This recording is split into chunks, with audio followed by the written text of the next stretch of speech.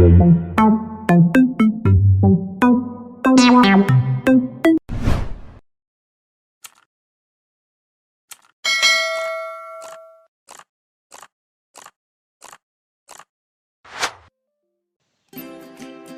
hai hai, Assalamualaikum warahmatullahi wabarakatuh. Selamat pagi anak-anak. Sudah siap untuk belajar hari ini? Nah anak-anak, hari ini kita akan melanjutkan pembelajaran kita, yaitu tema 7, subtema 1, pembelajaran 4. Sebelum kita memulai pembelajaran, jangan lupa anak-anak membaca doa sebelum belajar ya.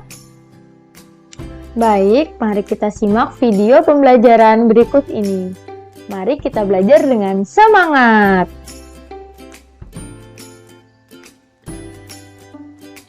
Pagi ini, Udin dan teman-teman bersemangat. Pakaian yang mereka kenakan berbeda dari biasanya. Pakaian mereka berwarna-warni. Semua siswa kelas 3 diminta memakai pakaian adat daerah. Udin memakai baju dari daerah Sunda. Edo memakai baju dari daerah Papua. Dayu memakai pakaian adat Bali. Demikian pula dengan Beni, Siti, dan yang lainnya. Mereka juga membawa makanan khas daerah. Udin membawa combro dari Sunda. Edo membawa kue sagu dari Papua. Dayu menyiapkan sate lilit dari Bali. Beni membawa panada dari Manado. Siti membawa keripik singkong dari Padang. Tak ketinggalan, Lani membawa kue keranjang yang merupakan makanan khas dari Tionghoa. Pada hari itu, semua siswa tampil berbeda. Satu sama lain bertukar cerita tentang daerah di Indonesia. Ternyata setiap pakaian dan makanan daerah memiliki ciri khas masing-masing. Perbedaan bukanlah hal yang harus diperdebatkan. Walaupun setiap siswa berasal dari daerah yang berbeda, namun, satu sama lain tetap saling menghargai. Tidak ada yang merasa lebih baik ataupun lebih hebat. Di Indonesia memiliki berbagai macam daerah dan juga memiliki beragam suku, adat, pakaian, dan juga makanan yang memiliki ciri khas masing-masing di setiap daerahnya anak-anak. Namun, walaupun berbeda-beda, Indonesia tetap bersatu. Seperti arti dari kata Bhinneka Tunggal Ika yang ada di cakar burung Garuda, yang artinya walaupun berbeda-beda, namun tetap satu jua. Nah, saat jam istirahat tiba, Beni melihat Udin sakit perut yang disebabkan oleh jajan sembarangan. Beni pun memberikan saran kepada Udin. Beni berkata, "Udin, sebaiknya kamu jangan jajan sembarangan lagi ya. Jajan sembarangan dapat menyebabkan pencernaan perutmu terganggu." Nah, anak-anak, ada yang tahu apa arti dari kalimat saran itu?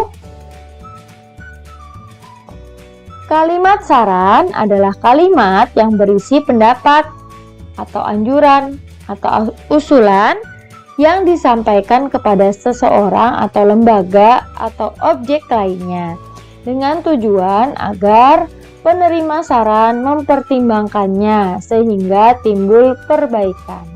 Kalimat saran bisa disebut juga sebagai kalimat anjuran.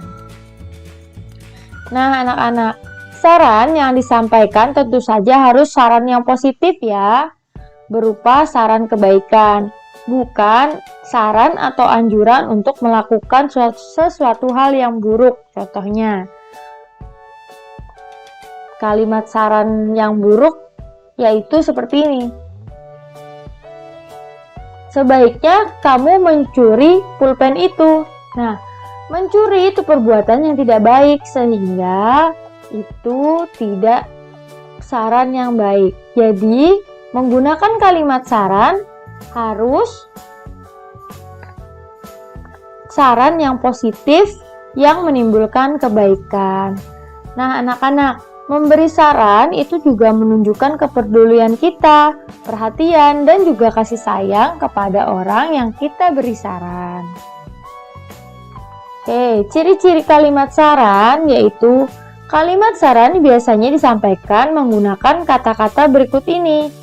Sebaiknya, seharusnya, ada baiknya, lebih baik, semestinya, dan juga masih banyak lagi kata-kata yang merupakan ciri-ciri kalimat saran. Nah, berikut ini adalah contoh kalimat saran. Ada baiknya kita belajar mencuci piring sendiri setelah makan, agar mama tidak repot. Oke, perhatikan gambar berikut ini.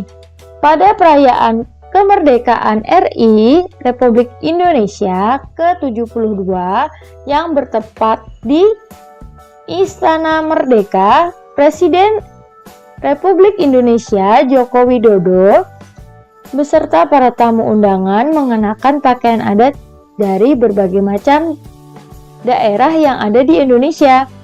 Walaupun memakai pakaian yang berbeda, setiap orang saling menghargai perbedaan tersebut. Dengan memahami perbedaan, kita telah menjaga persatuan dan keutuhan bangsa Indonesia. Nah, jadi anak-anak, sebagai warga Indonesia yang baik, kita tidak boleh membeda-bedakan. Ya, kita tidak boleh membeda-bedakan. Walaupun kita beda suku, beda agama, beda warna kulit, dan juga memiliki kebiasaan yang berbeda. Kita harus saling menghargai sesama makhluk hidup. Salah satu makanan yang disukai Udin dan teman-teman adalah keripik singkong, atau yang disebut juga karupuak sinjai yang dibawa oleh Siti. Beni pun ingin tahu lebih banyak tentang makanan yang menggunakan bahan dasar singkong. Nah, berikut ini adalah teks tentang pengolahan singkong. Mari kita baca bersama. Pengolahan singkong. Di daerah Sumatera Barat, singkong diolah menjadi berbagai macam makanan, mulai dari lauk pauk hingga makanan ringan. Gulai singkong, kue talam singkong, dan kacimui merupakan makanan yang biasa dibuat untuk dikonsumsi sehari-hari. Singkong goreng juga sering dibuat di rumah. Daya tahannya paling lama adalah 2 hari. Teknologi pangan memiliki peran penting dalam mengolah singkong. Teknologi pangan memberikan nilai lebih bagi bahan makanan hasil panen melalui berbagai macam cara. Tekniknya adalah melalui pengawetan, pengemasan, dan juga penyimpanan. Dengan demikian, singkong dapat dinikmati dalam jangka waktu lebih lama. Dengan adanya teknik pengawetan dan pengemasan bahan pangan, singkong dapat diolah menjadi berbagai jenis makanan. Singkong diolah menjadi daka-daka, raka kaliang, rendang singkong, dan karapuak singkong pedas. Teknik pengemasan yang baik mampu membuat makanan tersebut awet hingga 3 bulan ataupun lebih. Oke, anak-anak, itu tadi materi yang dapat Ibu sampaikan.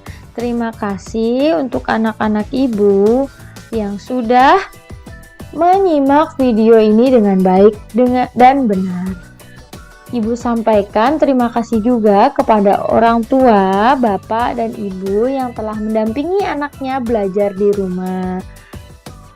Saya akhiri, wassalamualaikum warahmatullahi wabarakatuh.